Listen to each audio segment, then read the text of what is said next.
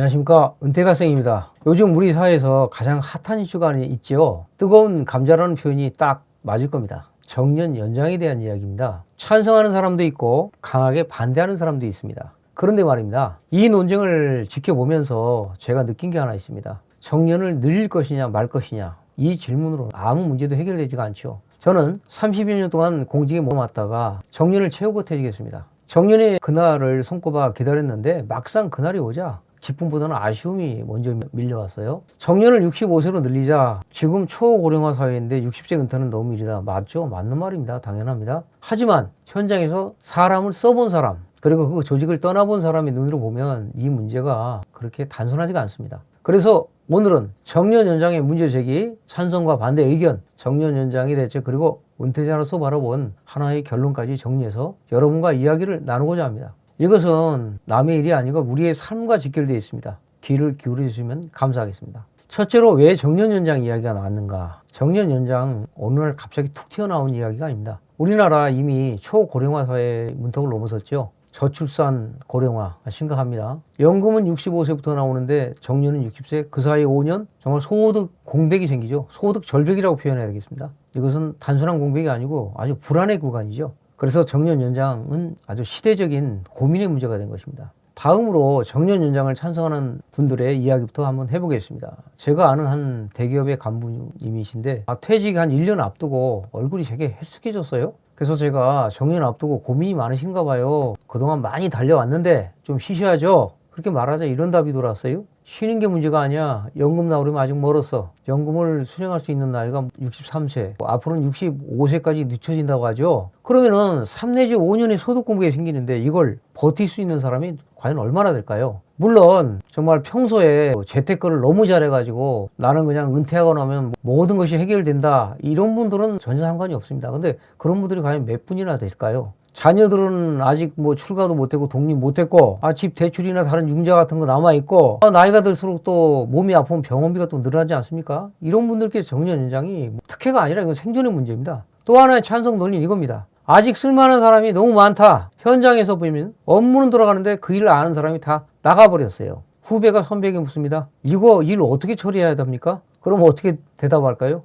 퇴직하신 분한테 전화로 물어봐. 이렇게 되는 겁니다. 경험과 숙련을 이렇게 버려도 되느냐. 저도 지금 이 말에 그냥 고개가 끄덕이지거든요. 일할 수 있는데 일하고 싶은데 왜 나가야 하느냐. 이게 찬성식의 가장 강력한 논리입니다. 자, 이쯤에서 정년 연장 반대의 목소리를 한번 들어볼까요? 퇴직 후에 공무원 후배들에게서 이런 말을 들었습니다. 선배님, 정년 늘리면 저희는 언제 올라가요? 이 한마디가 정년 연장 반대의 본질입니다. 한 자리에 사람이 오래 앉아있으면 아랫자리는 막히죠. 승진도 이동도 기회도 다 막힙니다. 제가 예전에 근무하던 부서에서 이런 일이 있었어요. 그 어떤 선배님이 정년을 앞두고 계셨는데 사실상 업무에 대해서는 일도 관심이 없고 결제는 늦어지고 책임은 회피하고 민원인들 오면은 자리 뜨기 바쁩니다. 결국 일은 젊은 후배들이 다 떠안았습니다. 그런데 승진은요, 그 자리가 비어야 가능하죠. 젊은 직원들 입장에서는 이렇게 느낍니다. 우리는 계속 뛰는데 앞에 있는 벽이 안 움직인다. 좋은 표현으로 해서 그렇고 나쁜 표현으로 할까요? 진짜 똥차가 있으니 도대체 우리가 어떻게 앞으로 나가냐.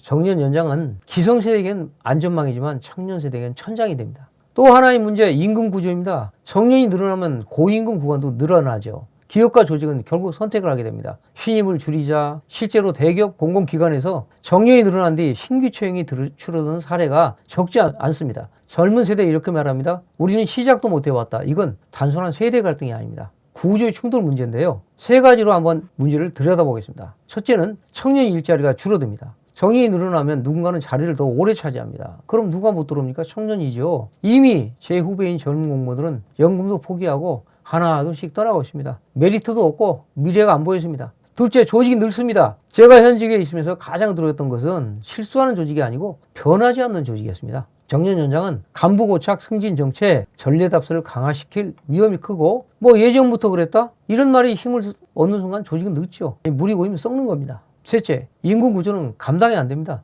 연차가 쌓일수록 임금이 오르는 구조에서 년만 늘리면 결국 신규 채용을 줄이게 됩니다. 그럼 누가 피해보죠? 고스란히 젊은 세대 목이에요. 이 문제의 본질은 청년이 아닙니다. 불안의 방향이 다릅니다. 중장년은 말합니다. 앞으로 어떻게 살아야 하느냐. 청년이 말하죠. 앞으로 들어갈 자리가 있느냐. 둘 다 틀리지 않습니다. 그런데 우리는 서로를 향해 총질을 하고 있는 겁니다. 문제는 제도가 아니라 구조에 있죠. 마지막으로 정년 연장에 대한 대책을 5가지로 말씀드려 보겠습니다. 첫째는 임금 피크제 도입인데요. 임금 피크제 도입은 주변의 지인 회사라든가 어떤 기관에서 일부는 도입을 하고 있는 상태고 시행하고 있습니다. 이 고령 근로자의 정년을 연장하되 일정 나이 이후에는 임금을 점진적으로 줄이는 임금 피크제를 도입해 기업의 인건비 부담을 완화할 수 있습니다. 그런데 여기서 중요한 것은 이 자리는 그대로 유지합니다. 고액 연봉을 받고 있는 그 자리를 유지하면서의 임금 피크제는 아닙니다. 이거는 당연히 절대 안 되겠죠. 둘째, 선택적 정년제 또는 탄력적 근로자. 일괄적으로 정년을 추진하기보다는 개인 또는 기업이 선택에 맡기는, 그리고 그래서 정년 연장을 적용할 때 그런 선택에 따라 하는 것이고, 근로시간을 유연하게 조정하는 탄력 근무제를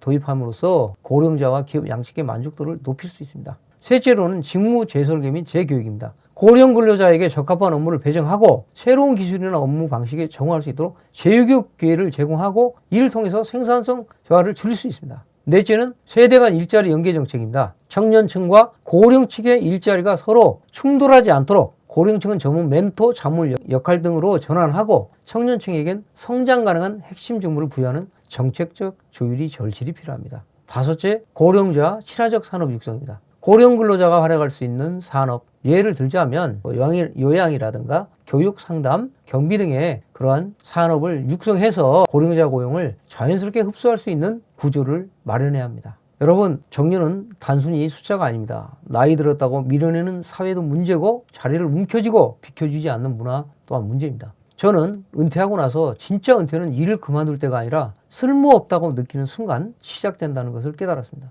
정년 연장은 누군가를 살리기 위한 제도여야지 누군가를 좌절시키는 정책이 되어서는 안 됩니다. 빚 좋은 개살구가 되어서는 절대 안 되겠죠.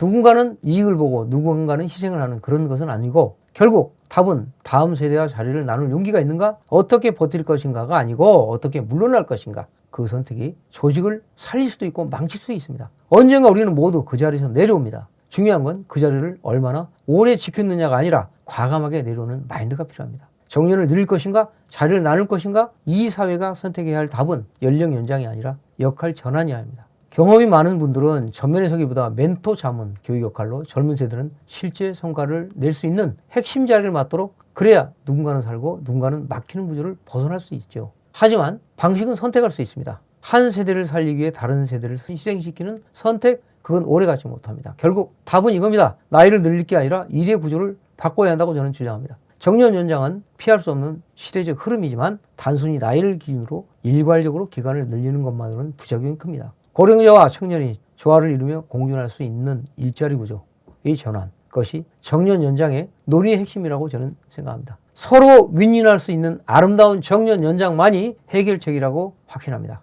오늘도 건강하고 행복한 시간 보내시길 바랍니다. 지금까지 은퇴가성이었습니다. 감사합니다.